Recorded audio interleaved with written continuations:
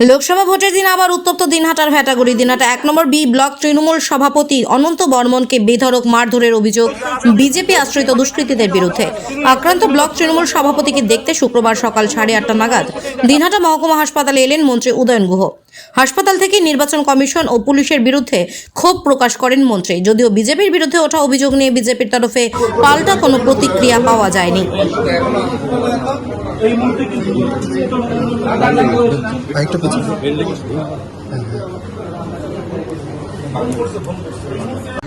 তার পরিস্থিতি দেখতে দিনহাটা নেতৃত্বরা এখানে উপস্থিত হয়েছে। আমরা সরাসরি কিন্তু সেই চিত্রই তুলে ধরেছি এবং আমরা দেখাবো অনন্ত বর্মনের অবস্থা শুনবো।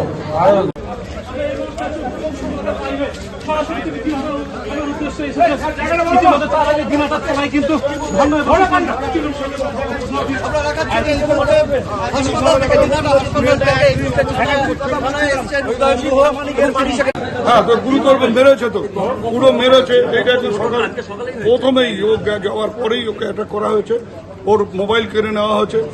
আমি একদম বলতে বাধ্য হচ্ছি যে কমিশন নিরপেক্ষতা তো কিছু নেই, প্লাস হচ্ছে পুলিশকে একদম ইনঅ্যাক্টিভ করে দিয়েছে, দিয়ে এইগুলো চালাচ্ছে। পুলিশকে ভয় দেখিয়ে আছে বলেই তো ওরা আজকে যারা ওকে মেরেছে তারা, আমি একদম 100% পুলিশ গিয়ে নিশীথ প্রামাণিকের বাড়ি রেড করুক। ওই বাড়ি থেকে যদি না বেরোয় রাজনীতি ছেড়ে দেবে, রাজনীতি ছেড়ে দেবে। উদয়নদা, আপনি নিজে বলেছিলেন বেরিয়ে ভোট দিতে যাবেন, কিন্তু যেতে পারলেন না, আলটিমেট আপনাকে আসতে হলো হাসপাতালে। আজকে আমি যখন ভোট কেন্দ্রে ঢুকি, সঙ্গে আমাদের আর একজন যে পুলিং এজেন্ট ছিল সেও ঢুকেছিল। তাকে প্রিসাইডিং প্রথমে অ্যালাউ করেনি, আমি তাকে নিয়ে আমার ঢুকি ভোট কেন্দ্রে। যখন ওকে প্রিসাইডিংয়ের সঙ্গে কথা বলি, আমি বের হই আমাদের লালবাহাদুর স্কুল থেকে। বেরিয়ে দেখি বিজেপির বহু লোক ওখানে জড়ো হয়ে গেছে। আমাকে দেখে বিজেপির রতন বর্মন, অজিত মহন্ত, হীরেন মহন্ত এবং আরও বেশ কয়েকজন ধাওয়া করে। আমি মেইন রোড ধরে দিনহাটার দিকে দৌড়তে থাকি।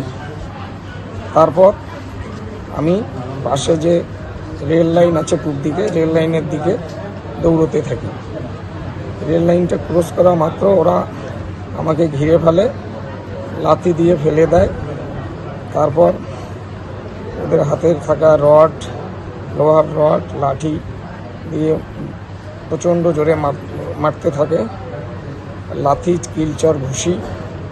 একজনকে দেখলাম পিস্তল ট্রিগার টিপে আমাকে ধরে, আর একজন এসে আবার সেটা টানাটানি করলো। তারপর এলোপাতারিভাবে আমাকে মারতে থাকলো। আমার আর কিছু জ্ঞান তখন ওই মুহূর্তে ছিল না, আমি পড়ে গেছি। মারতে মারতে আমার বলার মতো কিছু ছিল না। ওরা যখন আমার মোবাইলটা কেড়ে নিল, এইটুকু মনে আছে। তারপর আমার যখন কিছুটা হুঁশ ফেরে, আমি সেখান থেকে উঠে কোনো রকমে টলতে টলতে কখনো পড়ে যাই, কখনো আবার উঠি। এইভাবে আমি মেইন রোডে আসি। তখন আশেপাশের লোকজন এসে, আমাদের পার্টির 2-1 জন লোক এসে আমাকে উদ্ধার করে হাসপাতালে নিয়ে আসলো।